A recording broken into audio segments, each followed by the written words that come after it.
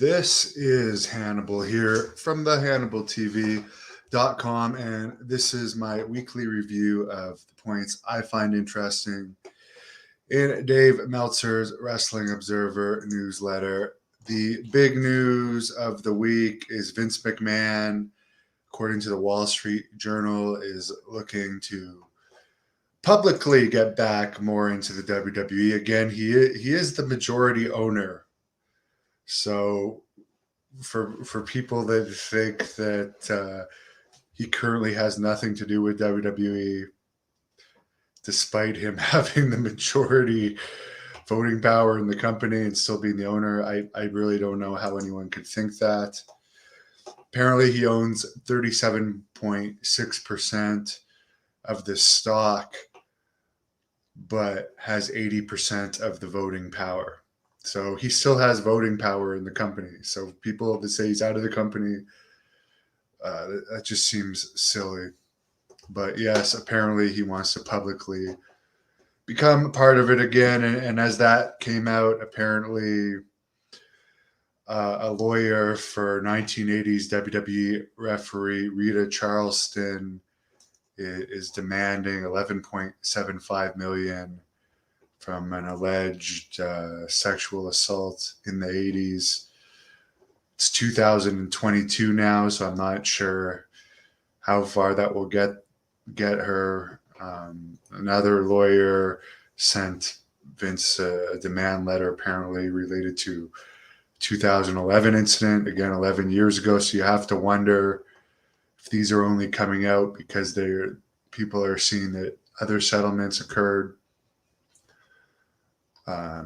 Meltzer also brings up that someone very close to Vince McMahon or on the board of directors seems likely to be leaking this info, because you'd have to be pretty close to him to know this stuff, and also possibly might not want him more directly in the company and might be leaking this for those reasons. The other story is NXT Women's Champion Mandy Rose, who lost the title due to being fired, apparently, was apparently released due to posting very racy content on social media behind a paywall. Apparently, she was making $150,000 US for a WWE contract, but might have been making even more for this sexual content that apparently also involved nude photos of her and her boyfriend in sexual positions. And some say this might be in violation of her Mattel toy contract. Apparently, Matt Bloom of WWE NXT, I think he's the head coach there, informed Shawn Michaels of this, and this has led to her release. So, again, I mentioned this in an individual post. She might be making more on the paywall post right now, but the reason she's known is from WWE. So taking her out of WWE might affect her more in the long run. But it's her choice. She can do whatever she wants. Apparently, Sasha Banks has a huge deal with New Japan Pro Wrestling that might be the biggest per appearance talent deal of all time. Reportedly, it's bigger than Jericho's was. And the biggest deal Meltzer was aware of was Hulk Hogan making $150,000 per match. So apparently they want to boost their women's division. I don't know how much Sasha Banks is worth. That seems like a lot of money for someone WWE hasn't tried that hard to get back. But I really don't know the Japanese market. I know that New Japan is possibly at one of its lowest points of interest in history, if not its lowest. And there's also talk that she could end up in AEW as well with this New Japan contract, or because the New Japan deal is only per appearance, and AEW has a working relationship with New Japan, and there's rumors she could be appearing on the LA New Japan show.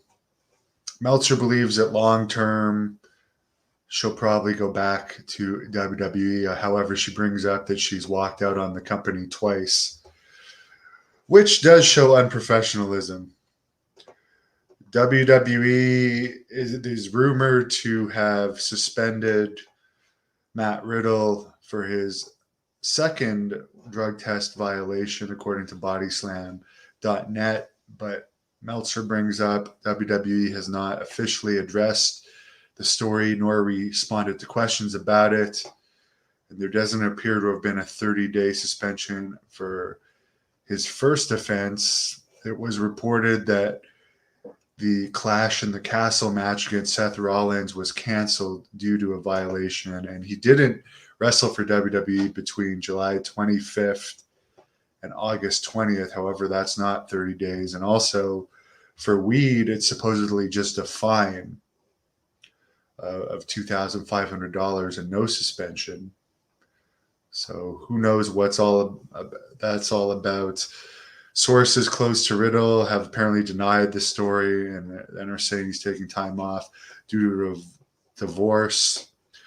Apparently, Regal, who has left AEW now, will be starting in a vice president role in WWE and not just be going there to help coach his son, as he supposedly told AEW to get out of his contract. Meltzer brings up that because he was in AEW, he probably developed a lot of relationships with AEW talent, which, if his WWE deal has anything to do with talent recruiting, could be an advantage to him. John Cena will be appearing on the December 30th SmackDown in Tampa, where he lives. And there's rumors this could be the start of him working towards Royal Rumble and WrestleMania appearances. Dynamite's Winter is Coming special did a 0.33 rating from Garland, Texas, in front of 4,700 paid fans. It was brought up that the same special from the same arena last year drew 6,400, showing the continuous decline of AEW interest. The 9 Lives of Vince McMahon Vice documentary only did a 0.04 rating. NXT did a very good rating this week, 0.17. Raw did its tie for all-time lowest viewership this past week, 0.37 rating. And apparently it was their lowest ever first hour. Surprise, surprise, Kevin Owens was on the show. Raw was in Milwaukee, 6,100 fans in attendance.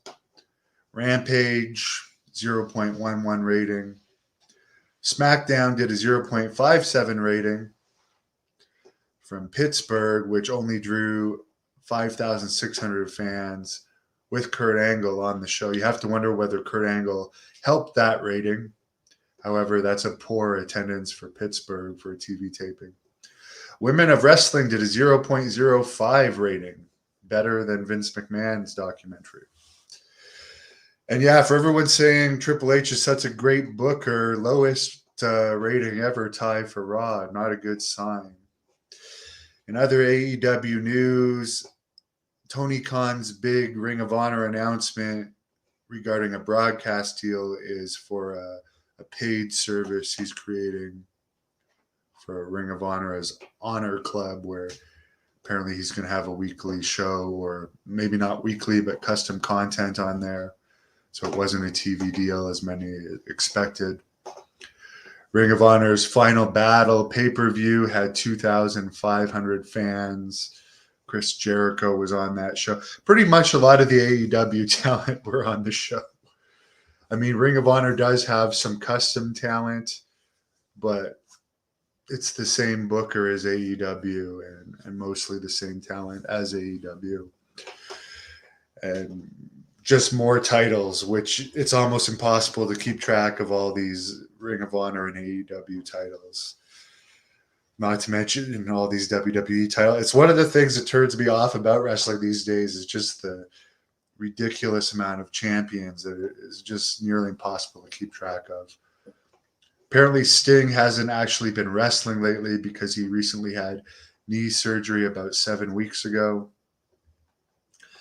In Japan wrestling news, Cyberfight, the parent company of pro wrestling, Noah, DDT, and Tokyo Joshi Pro Wrestling, as well as Ganbare Pro Wrestling, which I never heard of, lost nearly $5 million in 2022.